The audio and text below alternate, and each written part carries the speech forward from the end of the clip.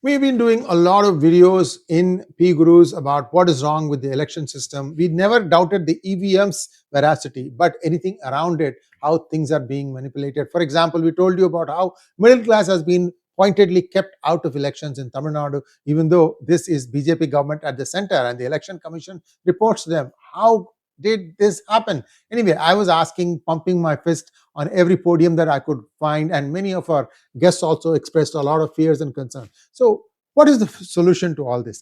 The solution to all this is what I'm going to talk about in this video. Do wait till the end because there's a big reveal coming at the very end. And this, I think, is huge.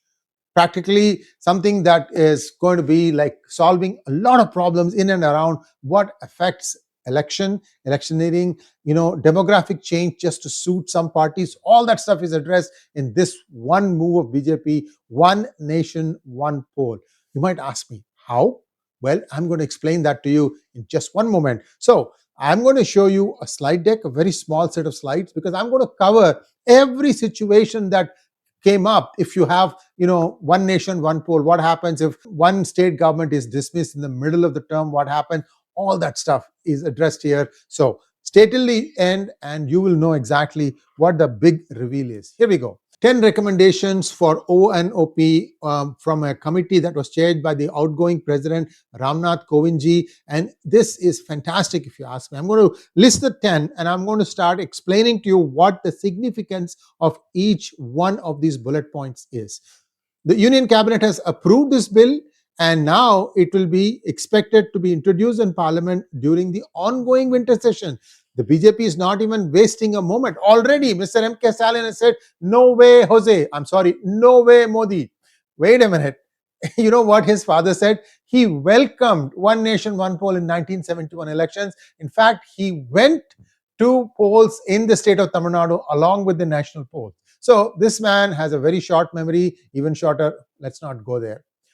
In September, the government accepted the recommendations of the high-level committee for holding simultaneous polls in Lok Sabha, state assemblies and local bodies in a phased manner. So first stage is Lok Sabha and state elections. Then the next one would be for the city councils and panchayats and so on and so forth. So that is coming right down the pipeline. This means a huge look at the entire election process, how to go about smoothing it, how to make it consistent, and also to make it easy and cheap.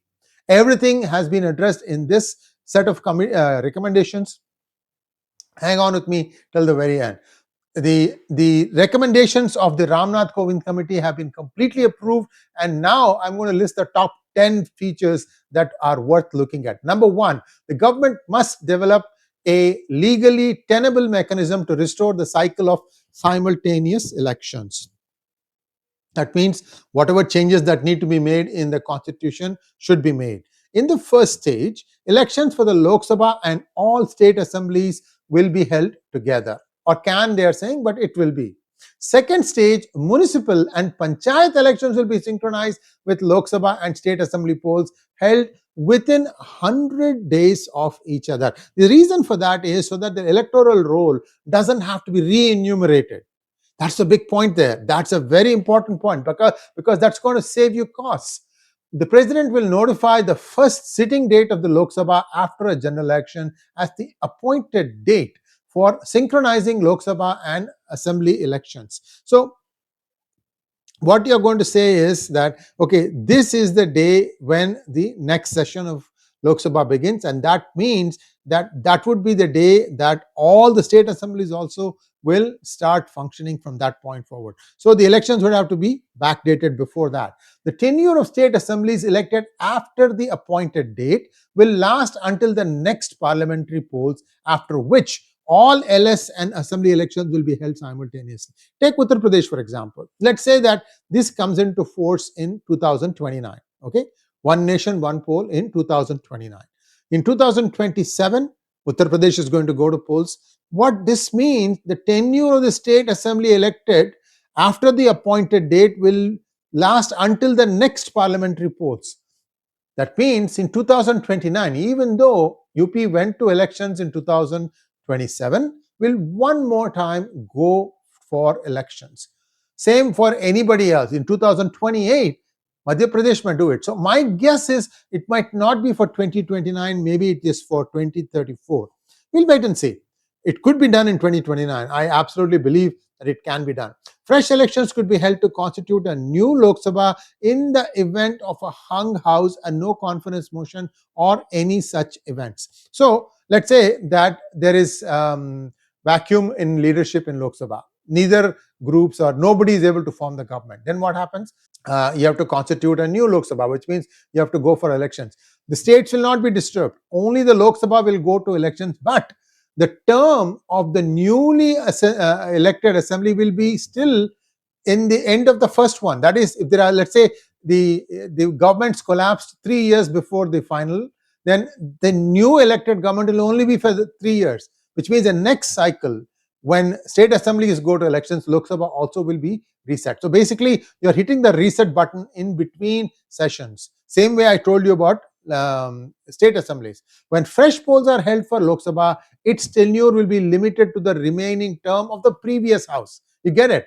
When fresh elections are held for state legislative assemblies, because now you've looked at Lok Sabha, what about the state assembly? Supposing one state assembly is hung and the governor rule gets imposed, then you elect another, you go for elections and re-elect another set of assemblymen and women, and then the term of that will be only till the next big cycle, so that it will be like a 3 years, 2 years, 4 years, whatever be the number. The basic point is that once your main election date is synchronized, everything else has to fall in place.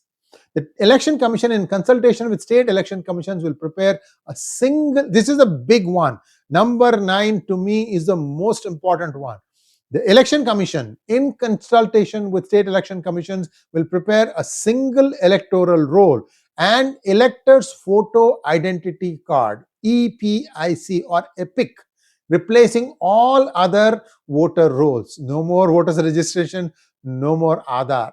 Also, it means that EPIC will probably be designed with many more checks and balances. I think that something is going to be collected from the census that will give the government a very, very clear idea if somebody is a citizen of India or not.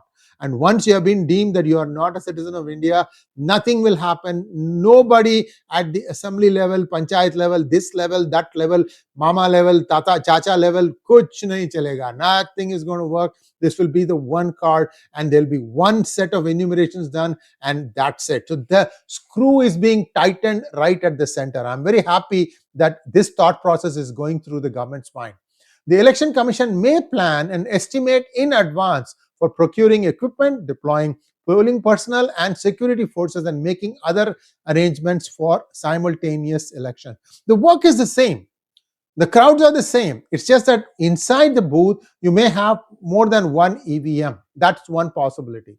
The proposed bills aim to amend Articles 82A and 83(2) of the Constitution to synchronize the terms of Lok Sabha and state legislative assemblies for simultaneous election. So these are all the proposed amendments and legislative alignment. So first of all, you need to change the Constitution. The bills also propose amending Article 327 to include the term simultaneous elections. Holding local body elections together with Lok Sabha and state assemblies will require ratification by at least 50% of the state assemblies. Do they have the vote today? I believe BJP does. So this should also be done. Fantastic thing. Census first and then this. My God, India is going to go to a different plane.